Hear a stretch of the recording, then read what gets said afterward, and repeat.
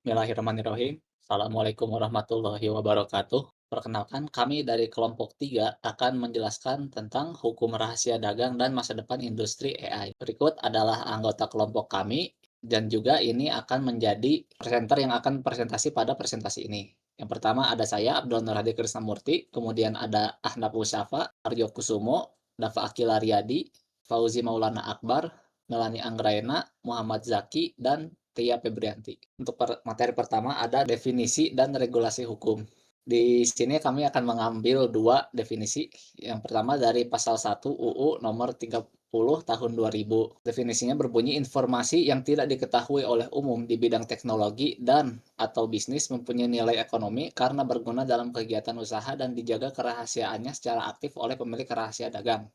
Kemudian definisi selanjutnya berasal dari perjanjian internasional TRIPS, di mana berdasarkan perjanjian TRIPS tersebut, pasal 39 ayat 2, hukum internasional wajib menjamin perlindungan terhadap informasi yang tidak diungkap, guna menjaga investasi komersial dan mencegah kompetisi tidak sehat. Nah, selanjutnya di sini ada 3 pilar utama dari rahasia dagang. Jadi yang pertama itu tentunya bersifat rahasia, di mana informasi dalam rahasia dagang itu nggak boleh diketahui oleh masyarakat umum maupun para pelaku usaha di bidang yang sama. Akses terhadap informasi tersebut itu dibatasi hanya kepada pihak-pihak tertentu yang memiliki kewenangan. Kerahasiaan ini menjadi syarat utama agar informasi tetap memperoleh perlindungan hukum sebagai rahasia dagang. Yang kedua ada memiliki nilai ekonomi. Suatu informasi dikategorikan sebagai rahasia dagang apabila memberikan manfaat atau nilai ekonomi bagi pemiliknya. Yang ketiga ada perlindungan aktif. Jadi perlindungan rahasia dagang tidak terjadi secara otomatis, tapi harus diupayakan oleh pemiliknya melalui langkah-langkah yang wajar. Upaya tersebut dapat berupa penerapan Non-Closure Agreement atau NDA, pembatasan hak akses, penggunaan sistem keamanan informasi, enkripsi data, serta penyusunan standar operating procedure. Lalu di sini ada ruang lingkup dan juga objek perlindungannya. Yang pertama di sini di bidang teknologi yang mencakup informasi teknis itu memiliki nilai ekonomi seperti formula, algoritma, proses produksi, source code perangkat lunak, desain produk, dan metode manufaktur yang tidak diketahui publik.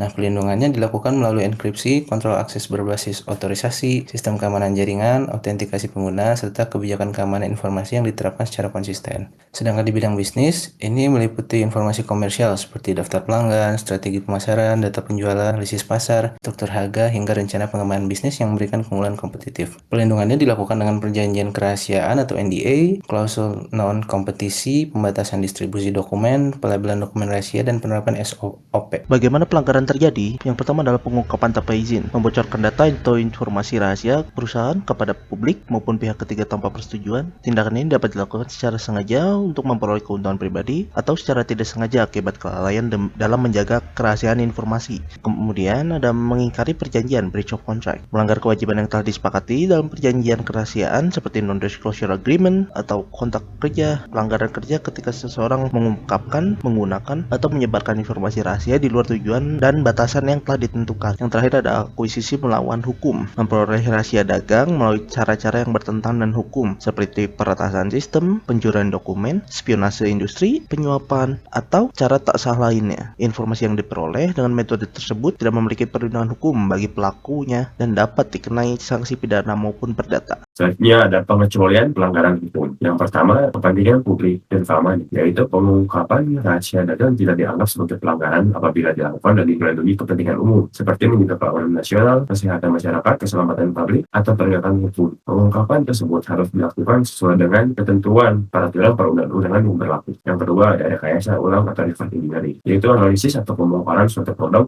yang diperoleh secara sah untuk memahami cara kerjanya diperbolehkan apabila bertujuan untuk pengembangan, evaluasi, atau inovasi teknologi. Kegiatan ini tidak dianggap melanggar hukum selama tidak melanggar perjanjian atau ketentuan hukum yang berlaku. Selanjutnya di sini ada studi kasus, yaitu rivalitas XAI versus OpenAI. Latar belakang konflik ini yaitu Elon Musk, pendiri XAI sekaligus salah satu pendiri OpenAI, menuduh OpenAI melakukan praktik talent training, yaitu merekrut sejumlah insinyur AI dari XAI dengan menawarkan kompensasi dan fasilitas yang lebih tinggi. Persaingan ini semakin memanas seiring perkembangan chatbot AI seperti Grok dan ChatGPT. Selanjutnya, tergugat utama untuk OpenAI ini. OpenAI menjadi pihak yang digugat karena diduga secara aktif merekrut tenaga ahli AI dari XAI. Menurut gugatan, tindakan tersebut berpotensi memanfaatkan pengetahuan, pengalaman, serta informasi strategis yang dibawa oleh mantan karyawan dari perusahaan sebelumnya. Yang ketiga, Gretchen Lee atau mantan insinyur XAI. Gretchen Lee disebut sebagai salah satu mantan insinyur XAI yang bergabung dengan OpenAI. Dalam gugatan,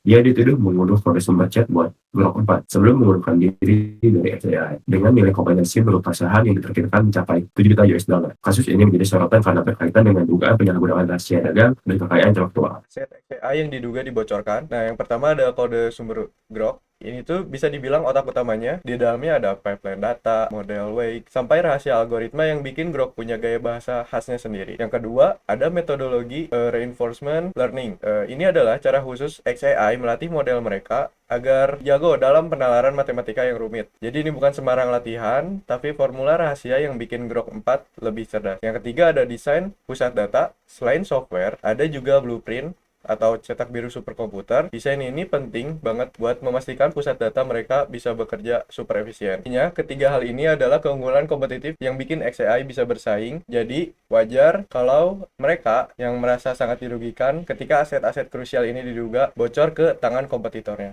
Baik, selanjutnya masuk ke garis waktu atau kronologi dari proses hukum atau litigasi yang terjadi sepanjang tahun 2025 hingga 2026 ini.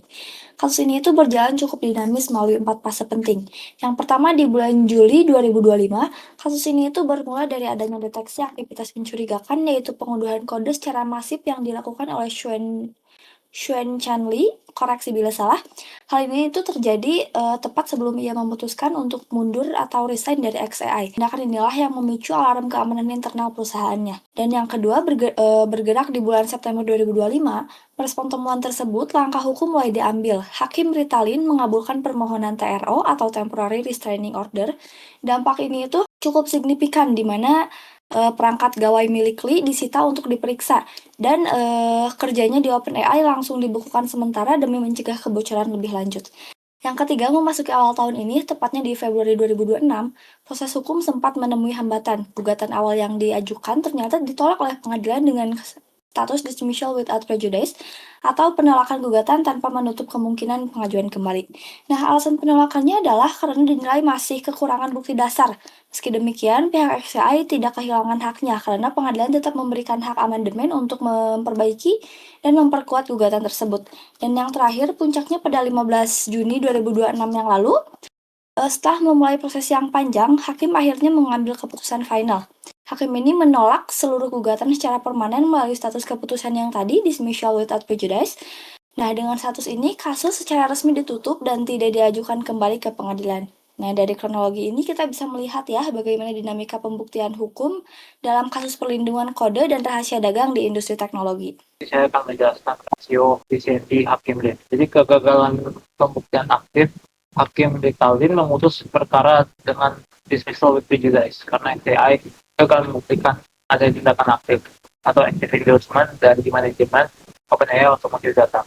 Jadi pihak XAI ini tidak menyerahkan bukti kuat kalau OpenAI ini membujuk, mengarahkan atau mengasuh karyawannya untuk mencuri data secara atau rahasia dagang milik XAI. Dalam hukum, tindakan kecil rahasia dagang ini memerlukan bukti konkret adanya tindakan sengaja dari aktif dari pihak kedua. Jadi XAI ini kurang bukti untuk membuktikan OpenAI ini mencuri data dari mereka. Pertanyaan dalam selama wawancara kerja mengenai rekayasa model dinilai sebagai praktik rekrutmen standar industri yang legal, bukan pencurian rahasia data. Oke, baik. Selanjutnya dari kasus ini ada pelajaran tentang keseimbangan antara hak karyawan dan pelindungan kekayaan intelektual atau IP (Intellectual Property). Di poin pertama, yaitu mengenai kebebasan mobilitas karyawan, hakim menegaskan bahwa perusahaan itu tidak boleh menggunakan alasan pelindungan IP untuk melarang karyawannya pindah ke perusahaan lain. Misalnya, seorang karyawan OpenAI boleh tuh bekerja di XAI. Namun, yang tidak diperbolehkan itu adalah membawa, menggunakan, atau membocorkan rahasia dagang perusahaan lamanya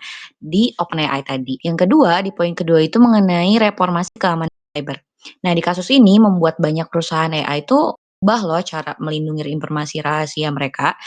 Kalau sebelumnya itu lebih mengandalkan kontrak kerja, sekarang mereka juga memperkuat sistem keamanannya, menggunakan enkripsi, membatasi akses data, memantau aktivitas, melakukan exit audit ketika karyawan mengundurkan diri. Nah, tujuannya untuk memastikan nggak ada rahasia yang ikut terbawa. So, intinya pelajaran dari kasus ini adalah perusahaan tetap berhak melindungi rahasia dagangnya, tetapi perlindungan tersebut tidak boleh menghambat kebebasan karyawan untuk berkarir. Yang harus dijaga adalah informasi rahasianya, bukan membatasi perpindahan orangnya. Untuk presentasi kami kali ini. Terima kasih. Assalamualaikum warahmatullahi wabarakatuh.